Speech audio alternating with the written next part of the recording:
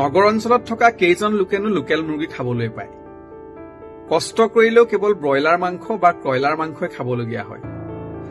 আৰু তেনে সময়ত যদি এজন গাঁৱৰ কৃষকৰ পৰা লোকেল মুৰ্গী খাই থাকিবলৈ পায় তেন্তে আৰু কি লাগে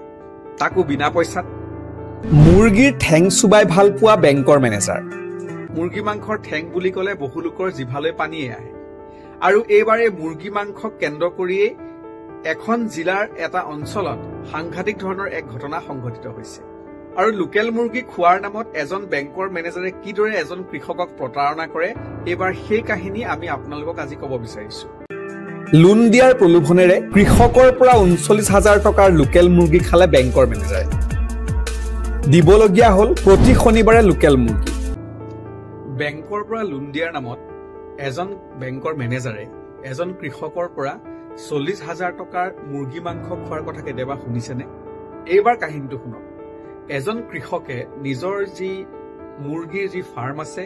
সেই ফাৰ্মখনৰ জৰিয়তে তেওঁ নিজৰ পৰিয়াল পোহপাল দি আহিছে আৰু এইবাৰ তেওঁ চিন্তা কৰিলে যে তেওঁ নিজৰ ফাৰ্মখন অকণমান ডাঙৰ কৰিব তাৰ কাৰণে তেওঁ এবাৰ বেংকৰ এজন বিষয়াক লগ ধৰিবলৈ নিজৰ ঘৰৰ ওচৰৰ যি শাখা আছে ভাৰতীয় ষ্টেট বেংকৰ তালৈ গ'ল আৰু বেংকৰ বিষয়াজনক লগ ধৰি কথা পাতি তেওঁ এটা বেংকৰ লোনৰ কাৰণে ৰিকুৱেষ্ট কৰিলে আৰু তাৰ পাছত কি হ'ল এবাৰ শুনক এক আচৰিত ঘটনা বেংকৰ পৰা লোন দিয়াৰ প্ৰলোভনেৰে এজন কৃষকৰ পৰা ৩৯,০০০ টকাৰ লোকেল মুৰ্গী খালে এজন বেংকৰ মেনেজাৰে এই ঘটনা ছত্তীশগড়ৰ বিলাসপুৰৰ অঞ্চলটোৰ ৰূপচান মানহাৰ নামৰ এজন কৃষকে নিজৰ কুকুৰাৰ ফাৰ্মখন ডাঙৰ কৰাৰ উদ্দেশ্যে বেংকৰ পৰা লোন লোৱাৰ সিদ্ধান্ত লয় সেই অনুসৰি তেওঁ স্থানীয় ষ্টেট বেংকৰ প্ৰবন্ধকৰ সৈতে যোগাযোগ কৰে সেইমতে কৃষকজনক শাখা প্ৰবন্ধকজনে ১২ লাখ টকাৰ ঋণ বিচাৰি আবেদন কৰিবলৈ নিৰ্দেশ দিয়ে পিছে প্ৰবন্ধকে কৃষকৰ পৰা বিচাৰে ১০% কমিছন আৰু এই কৃষকজনে নিজৰ ফাৰ্মৰ পৰা কেইটামান মুৰ্গী বিক্ৰী কৰে আৰু কেইটামান টকা সংগ্ৰহ কৰি ঘোষ হিচাপে বেংকৰ মেনেজাৰজনক দিয়েগে তেনেকৈ আকৌ কেইদিনমান বেংকৰ মেনেজাৰজনে কৃষকজনক লোন দিম বুলি চুচৰাই থাকে এইবাৰ লোন দিয়াৰ নামত কৃষকৰ পৰা প্ৰতি শনিবাৰে বিচাৰে লোকেল মুৰ্গী সেইমতে গাঁৱৰ এজন ব্যক্তিৰ পৰা তেওঁ মুৰ্গী ক্ৰয় কৰি আনি যোগান ধৰে প্ৰবন্ধকক কৃষকজনক বেংকৰ মেনেজাৰজনে কয় যে তুমি প্ৰতি শনিবাৰে মোক এটা লোকেল মুৰ্গী দিব লাগিব আৰু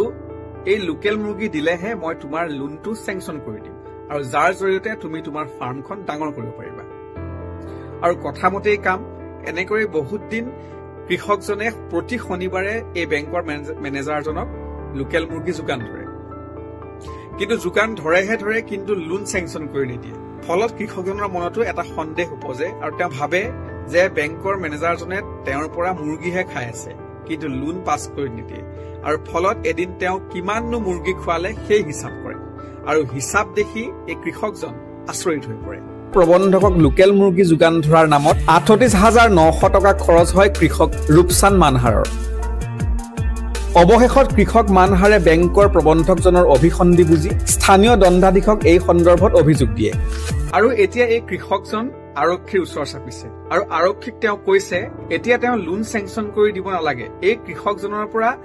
বেংকৰ মেনেজাৰে কিমান টকাৰ মুৰ্গী খালে সেই মুৰ্গীৰ টকাখিনি ঘূৰাই দিলেই হ'ল আৰু যদি তাকে নকৰে এইবাৰ বেংকৰ মেনেজাৰজনক হত্যাৰো ভাবুকি দিলে কৃষকজন আৰু যদিহে প্ৰশাসনে প্ৰবন্ধকৰ বিৰুদ্ধে কোনো ব্যৱস্থা গ্ৰহণ নকৰে কৃষকজনে অনশন কৰাৰ লগতে প্ৰবন্ধকক হত্যা কৰাৰ ভাবুকি প্ৰদান কৰে